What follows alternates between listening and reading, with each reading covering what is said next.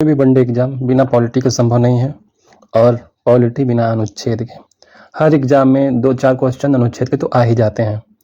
अगर आपको अनुच्छेद अच्छे से याद है तो पॉलिटी पढ़ने में आपको आसानी होगी। इस वीडियो में हम लोग पॉलिटी में जो महत्वपूर्ण आर्टिकल हैं जो हर एग्जाम में आते हैं उन्हें देखेंगे। तो हमें पता है कि कुल अनुच्छेदों की संख्या कितनी है, 465 है और पूरा जो संविधान है वह कुल 25 भागों में बटा हुआ है और उसमें कुल 12 शेड्यूल हैं। लेकिन शुरू से ऐसा नहीं था। शुरू में अनुच्छेदों की संख्या कितनी थी, 395 थी और भाग कितने थे, 22 भाग थे और 8 शेड्यूल थे। लेकिन अब बढ़ के क्या हो गया, 395 से 465 आर्टिकल, 22 भाग से 25 भाग हो चुके हैं संविधान के और शेड्यूल की संख्या कितनी हो चुकी है, 8 से लेके 12 हो चुकी है। अब हम लोग देखेंगे कुछ महत्वपूर्ण अनुच्छेद। तो पहले आर्टिकल में हम लोग देखते हैं भारत राज्यों का संघ। India is the union of state. दो प्रकार के होते हैं, यूनियन ऑफ स्टेट और एक होता है federation of state. Federation of state को समझने के लिए हम इस एग्जांपल लेते हैं अमेरिका को। अमेरिका पहले ऐसे नहीं था। पहले 13 कॉलोनी थी, 13 कॉलोनी जो आपस में संयुक्त होके अमेरिका बना दी। वहां पे जो 13 कॉलोनियां हैं वो आपस में जुड़ गई हैं। लेकिन इंडिया में यहाँ पे क्या है, देश जो है अन्य राज्यों में बटा हुआ है, अन्य राज्यों में बटा हुआ है। तो ये इसलिए हुआ है कि जो वहां पे शासन करना आसान हो जाए। वहां पे अमेरिका में क्या है कि अगर उनके जो राज्य हैं, जो 13 राज्य हैं जो मिलकर अमेरिका बनाए हैं, यूनाइटेड स्टेट ऑफ अमेरिका बनाए हैं, वह अलग भी हो सकते हैं क्योंकि वो फेडरेशन है, मतलब अपनी इच्छा से जुड़े हुए हैं। लेकिन इंडिया में ऐसा नहीं है, यहाँ पे अलग नहीं हो सकते। अगर कोई कल आगे कोई राज्य कहे कि मुझे इंडिया में नहीं रहना, मुझे अलग होना है, तो वो ऐसा नहीं हो सकता है। वो अपनी इच्छा से नहीं हुआ है। यहाँ पे शासन करने के लिए राज्यों को अलग अलग भागों में बांटा गया है, मतलब देश को अलग अलग राज्यों में बांटा गया है, ठीक है ना। इसलिए इंडिया क्या है, यूनियन ऑफ स्टेट है, फेडरेशन ऑफ स्टेट नहीं है। तो पहले अनुच्छेद में हम लोग पढ़ेंगे भारत राज्यों का संघ। अब जब भारत बन गया, देश बन गया, तो उसमें राज्य भी बनाना है क्योंकि शासन अच्छे से करना है। तो आर्टिकल 2 में आएगा नए राज्यों को बनाना। नए राज्यों को बनाना या तो वो पहले से ही है या 2 राज्यों में से तोड़ के नए राज्य को बनाना, ठीक है ना। अब जब राज्य बन गए तो फिर लड़ाई होगी, इसलिए उनका बाउंड्री बना दिया जाए, यानी कि सीमा निर्माण। और सीमा निर्माण हो गया तो फिर राज्य का कुछ नाम भी होना चाहिए। तो सीमा निर्माण और राज्य का नाम परिवर्तन या नाम जो होता है वो अनुच्छेद 3 में देखते हैं, वो अनुच्छेद 3 में देखते हैं। अब देश बन गया, राज्य बन गया, राज्य का सीमा निर्माण हो गया और उसका राज्य का नाम भी पड़ गया और लोग उसमें रहने लगे। तो फिर जो लोग उसमें रह रहे हैं उनके कुछ मौलिक अधिकार होंगे, नहीं तो फिर वो जानवर और इंसान में कोई अंतर ही नहीं रह जाएगा। तो हमारे संविधान में कुल 6 मौलिक अधिकार, फंडामेंटल राइट है। इनको याद करने का ट्रिक है 5-4-2-4-2-1, 5-4-2-4-2-1, यानी कि कुल 6 फंडामेंटल राइट हैं, 6 प्रकार के हैं। पहला है समानता का अधिकार, यानी कि जितने भी लोग इस देश में हैं, इस देश में जितने भी पीपल हैं, पीपल ऑफ इंडिया, वो सभी लोग समान हैं। यह नहीं कि किसी में भेद है, वो बड़े हैं ये छोटे हैं, ऐसा कुछ नहीं है। सभी लोग इक्वल हैं। इसमें कुल कितने आर्टिकल आते हैं, कुल 5 आर्टिकल आते हैं, 14 से 18। सबसे पहले सबको समान करो, सबसे पहले सबको समान करो। इसमें एक सबसे महत्वपूर्ण आता है आर्टिकल छुआछूत व भेदभाव के विरोध में, 17वां आर्टिकल, ठीक है ना। ये एग्जाम में हमेशा आता है, इसे आप लोग ध्यान से देखिएगा, वेरी वेरी इंपॉर्टेंट है। छुआछूत और भेदभाव के विरोध में 17वां आर्टिकल, ठीक है ना। तो पहला हो गया समानता का अधिकार। अब सभी लोग समान हो गए तो उनको कुछ स्वतंत्रता दे दी जाए। तो दूसरे में आता है स्वतंत्रता का अधिकार। स्वतंत्रता के अधिकार में कुल 4 हैं, 19 से 22 तक स्वतंत्रता का अधिकार है, ठीक है ना।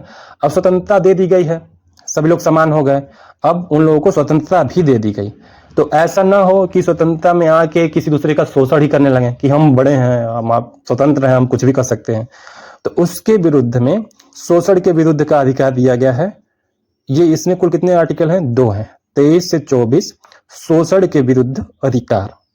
अब आदमी जो किसी देश में रह रहा है वो सभी लोग समान हैं, वो सभी लोग स्वतंत्र भी हो गए और कोई स्वतंत्रता में आके, अपनी स्वतंत्रता में आके कोई किसी के विरुद्ध किसी का शोषण नहीं कर रहा है, यानी कि सभी लोग अब खुश हैं, शांति से रह रहे हैं। तो जब आदमी प्रसन्न रहता है, किसी प्रकार की चिंता नहीं होती, तो सबसे पहले वो धर्म को खोजता है।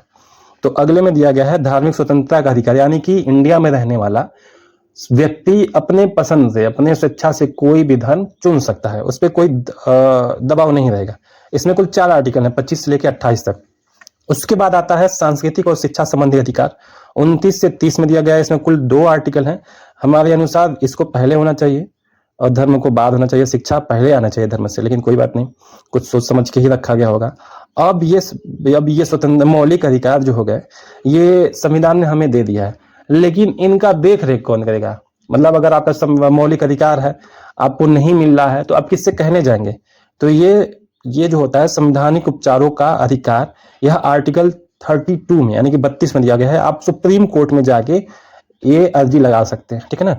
इसे संविधान की आत्मा भी कहते हैं। क्या कहते हैं? संविधान की आत्मा कहते हैं। संविधान की आत्मा किसे कहा जाता है? आर्टिकल 32 को। इससे किसने कहा था? डॉक्टर भीमराव अम्बेडकर ने इसको संविधान की आत्मा कहा था।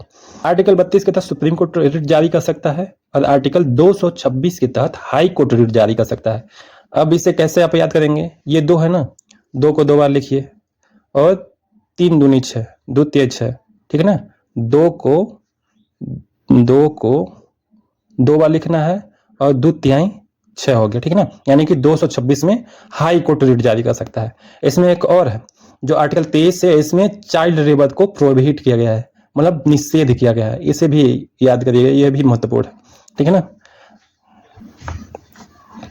आगे हम लोग पढ़ेंगे डीपीएसपी, राज्य के नीति निर्देशक तत्व। यह 36 से 51 तक आता है। आदमी देश बन गया, देश की सीमा बन गई, राज्य बन गया, राज्य की सीमा बन गई, राज्य के नाम बन गए, आदमी उसमें उस देश में रहने वाले आदमी स्वतंत्र हैं, सभी लोग समान हैं, किसी का शोषण नहीं हो रहा है, सबको धर्म मानने की सुविधा है, सांस्कृतिक और शिक्षा भी लेने की सुविधा है, आपके संवैधानिक उपचारों का अधिकार मिल चुका है। इसके जब किसी प्रकार की चिंता नहीं रह गई है, तो आदमी क्या करेगा? अब संगठन बनाएगा, ठीक है ना। तो आर्टिकल 40 पर हम लोग पढ़ेंगे ग्राम पंचायत का संगठन। और इसको याद करने का एक तरीका आप लोग सोच लीजिए कि मतलब कोई भी संगठन बनाने के लिए कम से कम 40 लोग चाहिए। ऐसे दिमाग में एक न्यूमोनिक्स बना लीजिए कि ग्राम पंचायत है, उसके संगठन को बनाने के लिए कम से कम 40 लोग चाहिए। अगला आर्टिकल है 44 समान नागरिक संहिता, यूसीसी। 4 व 4 एक दूसरे से समान है, समझ जाइएगा, 4 और 4 समान है, यानी कि समान नागरिक संहिता। अगला आर्टिकल है 45 बच्चों के लिए निःशुल्क शिक्षा। आर्टिकल 45 में बच्चों के लिए निःशुल्क शिक्षा करेंगे। अगर समान नागरिक संहिता है, यानी कि सभी लोग समान है, तो किसी बच्चे से फीस लेंगे, किसी बच्चे से फीस नहीं लेंगे, तो फिर झगड़ा होगा, दिक्कत हो जाएगा। इसलिए सभी लोगों के लिए निःशुल्क शिक्षा है, यानी कि आर्टिकल 45 में सभी लोगों के लिए निःशुल्क शिक्षा। ये कहानी केवल ये सब समझने के लिए है, ऐसा कुछ है नहीं रियलिटी में, ठीक है ना। अगला आर्टिकल है आर्टिकल 51। आर्टिकल 51 में अंतर्राष्ट्रीय शांति और सुरक्षा आता है। क्या आता है? अंतर्राष्ट्रीय शांति एवं सुरक्षा। इसे कैसे याद करना है? जब भी घर में पूजा पाठ होता है, कथा होता है, तो पंडित जी को अंतिम में दक्षिणा के रूप में 101 रुपया 51 रुपया देते हैं, 51 रुपया दे रहे हैं, तो और उससे शांति की कामना करते हैं। 51 रुपया देने के बाद क्या कहता है इंसान? शांति की कामना करता है। तो आर्टिकल 51 में क्या आ जाएगा? शांति, अंतर्राष्ट्रीय शांति और सुरक्षा आ जाएगी।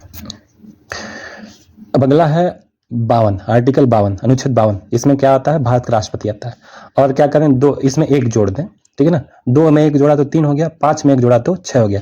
इसमें क्या हो जाएगा? 63 क्या हो जाएगा? भारत का उपराष्ट्रपति, यानी कि 63 में भारत के उपराष्ट्रपति हैं। ये भी दोनों याद हो गया। अब हम लोग देखेंगे एक एक का जादू, ठीक है ना। एक और एक जोड़ने से कैसे राज्यपाल और राष्ट्रपति के आर्टिकल हम लोगों को याद करने में आसानी हो जाएगी, ठीक है ना। अब राज्यपाल का जो क्षमादान आता है वो किस में आता है? 161 में आता है। राज्यपाल का जो क्षमादान आता है 161 में आता है, ठीक है ना। अब 6 में 1 जोड़ दें तो 7 बन गया, ठीक है ना। और 1 में 1 जोड़ दें तो 2 बन गया, यानी कि इस 6 में 1 जोड़ दें तो 7 बन गया और इस 1 में 1 जोड़ दें तो 2 बन गया, यानी कि 72 में राष्ट्रपति का क्षमादान आता है, यानी कि पार्डनिंग पावर ऑफ प्रेसिडेंट, ठीक है ना। और 163 में क्या आता है?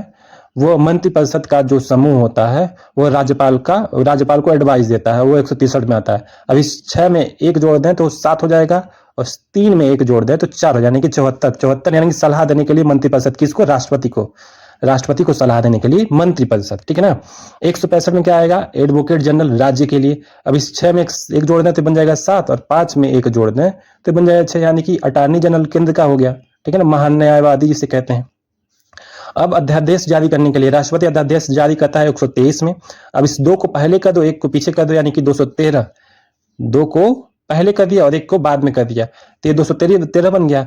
राज्यपाल के अध्यादेश जारी करने के लिए अनुच्छेद क्या होता है, 213, यानी कि 213 में राज्यपाल वो क्या करते हैं, अध्यादेश जारी करता है, और 123 में राष्ट्रपति अध्यादेश जारी करता है।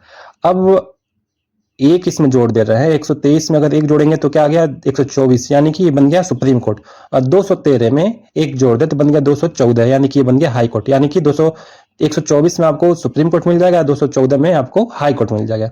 ठीक है, यहाँ तक क्लियर है आपको। अब हम लोग देखेंगे 89 का जादू। एक तरफ लिखे, एक तरफ है केंद्र और दूसरी तरफ क्या है, राज्य है। अब इसमें क्या करना है, हमें 89 जोड़ना है, और उस केंद्र में अगर हम 89 जोड़ रहे हैं, 89 जोड़ रहे हैं, तो हमें राज्य के संदर्भ में वो आर्टिकल मिल जाएगा। सबसे पहला है क्षमादान, यानी कि प्रेसिडेंट का क्षमादान होता है अनुच्छेद 72 में। अगर इसमें हम लोग 89 जोड़ रहे हैं तो कितना हो जाएगा, 161। 161 में क्या आ जाएगा, गवर्नर का क्षमादान। अब जो होता है, एक मंत्रिपरिषद होता है जो प्रेसिडेंट को एडवाइज करता है, काउंसिल ऑफ मिनिस्टर कहते हैं जिसे, उसमें वो अनुच्छेद 74 में आता है केंद्र के संदर्भ में। अगर इसमें 89 हम जोड़ दे रहे हैं तो आ जाएगा 163, तो यानी कि वो मंत्रिपरिषद जो गवर्नर को सलाह देता है, एडवाइस देता है। ठीक है ना। अगला आर्टिकल है 76। 76 में क्या आता है, महान्यायवादी, यानी कि अटॉर्नी जनरल। अगर इसमें हम लोग 89 जोड़ रहे हैं तो आ जा रहा है 165। 165 क्या है, एडवोकेट जनरल स्टेट के केस में, एडवोकेट जनरल स्टेट के केस में। अगला है आर्टिकल 78। आर्टिकल 78 में क्या आता है, ड्यूटी ऑफ पीएम, यानी कि पीएम का कर्तव्य। इसमें 89 जोड़ दें हम लोग, 89 जोड़ दें तो आ जाएगा 167, यानी कि अनुच्छेद 167 क्या है, सीएम का कर्तव्य, यानी कि ड्यूटी ऑफ सीएम है। अगला आर्टिकल है 79, यानी कि सदन का गठन। केंद्र के संदर्भ में क्या हो जाएगा, संसद, और राज्य के संदर्भ में क्या हो जाएगा, विधानसभा। ठीक है ना।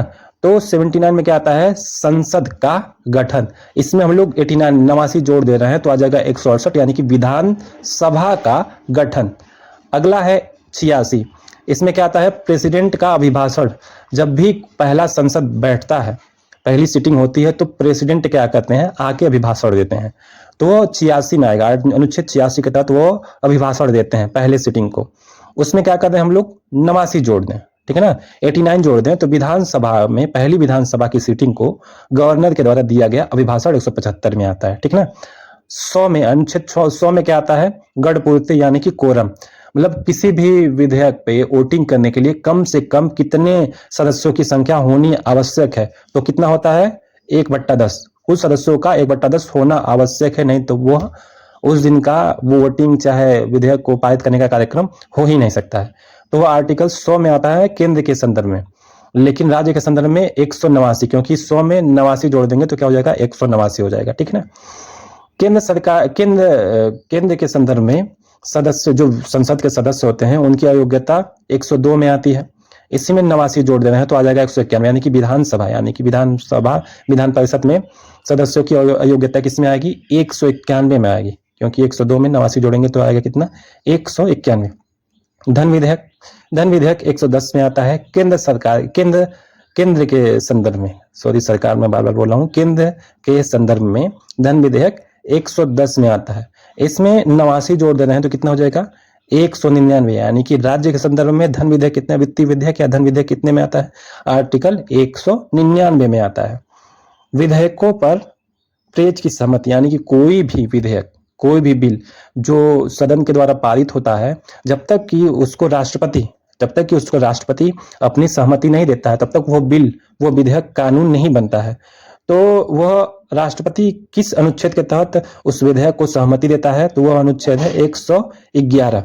इसमें अगर हम लोग 89 जोड़ दें तो बन जा रहा है 200, यानी कि गवर्नर किस अनुच्छेद के तहत सहमति देगा विधानसभा के द्वारा पास किए हुए विधेयकों को, तो वह अनुच्छेद है 200। अब यहाँ तक ये हो गया। अब हम लोग देखेंगे, ये था 89 का जादू, ये था 89 का जादू। अब हम लोग देखेंगे 90 का जादू। 90 के जादू में लगभग धन संबंधित ही है। 112 में आता है, अनुच्छेद 112 में आता है बजट।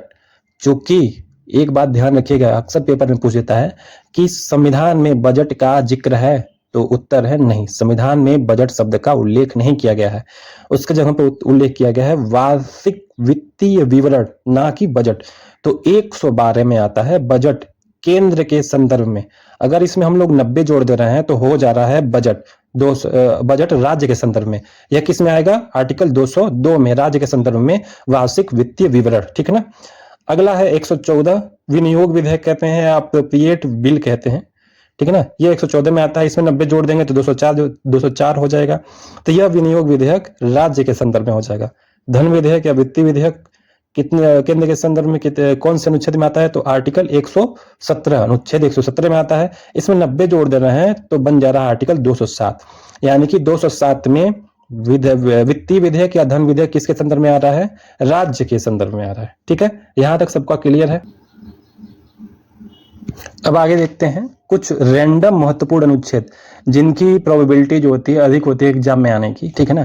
तो पहला है कैग, भारत के नियंत्रक एवं महालेखा परीक्षक। ठीक है ना। यह आर्टिकल 148 में आता है। ठीक। वित्त आयोग 280 में आता है। वित्त आयोग किस में आता है? 280 में आता है। इसे अगर आप सुनेंगे भी तब भी दिमाग में कहीं फंसा रहेगा, एग्जाम में आप जाके टिक मार देंगे अगर ये आया तो। ठीक है ना। अखिल भारतीय सेवा, ऑल इंडिया सर्विस 312 में आता है। आपको पता होगा कि अखिल भारतीय सेवा 3 प्रकार का होता है। एक होता है आईएएस, दूसरा होता है आईपीएस और तीसरा होता है आईएफएस। यानी कि कुल 3, यानी कि 312 में अगर 3 जोड़ दे रहे हो तो कितना हो जाता है? 315।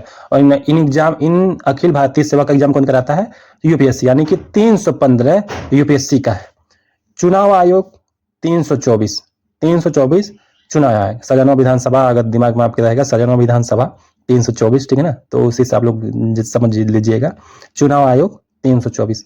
आधिकारिक भाषा, यानी कि राज्य का या देश का, केंद्र का, भारत का आधिकारिक भाषा, इसके लिए अनुच्छेद संविधान में दिया गया है 343। संविधान में संशोधन आपको पता ही है 368 के तहत किया जाता है। अब अगला हम लोग देखेंगे आपातकाल, यानी कि इमरजेंसी। ये 4 का जादू के बेसिकली इसमें 3 ही आर्टिकल आते हैं। 352 में आएंगे नेशनल इमरजेंसी। नेशनल इमरजेंसी कब लगता है आपको पता है? जब कोई लड़ाई की स्थिति होती है, वार की स्थिति होती है, यानी वार की स्थिति हो गई, लड़ाई की स्थिति हो गई, कोई देश आके हमला कर दिया तो वह नेशनल इमरजेंसी होता है। यह अनुच्छेद 352 के तहत आता है। अगर इसमें 4 जोड़ दें, ये पूरे देश पे लगता है। ठीक है ना। नेशनल इमरजेंसी पूरे देश पे लगता है। इसमें 4 जोड़ दे रहे हैं तो बन जाएगा अनुच्छेद 356। इसे प्रेसिडेंशियल इमरजेंसी कहते हैं, यानी कि राष्ट्रपति रूल। किसी ऐसे कार्य करने का जो रूल होता है वो सही नहीं है, वो राज्य अपने कुछ ऐसे काम कर रहा है, मनमाने ढंग से काम कर रहा है, तो उस कंडीशन में प्रेसिडेंशियल रूल लगता है। मतलब वो राज्य क्या करे, सही से काम करने में सक्षम न हो तो वहां पे प्रेसिडेंशियल रूल लगता है। वो आर्टिकल 356 में आता है। इसमें 4 जोड़ेंगे। यह राज्य के मतलब किसी एक राज्य पे लग सकता है, यानी कि देश के किसी एक भाग में लगता है, ये पूरे देश पे लगता है। आर्टिकल 360, इसे कहते हैं फाइनेंशियल इमरजेंसी।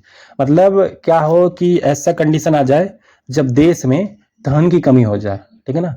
तब यह लगता है। अभी तक ये कभी हमारे देश में लगा नहीं है। इसे कहते हैं फाइनेंशियल इमरजेंसी। तो आपको यह वीडियो कैसा लगा? अगर आप इस वीडियो को देख भी लेते हैं तब भी आपके दिमाग में ये आर्टिकल रहेंगे और यह अति महत्वपूर्ण आर्टिकल है। आपके एग्जाम में मतलब 1-2 क्वेश्चन तो इसमें मिलेंगे ही।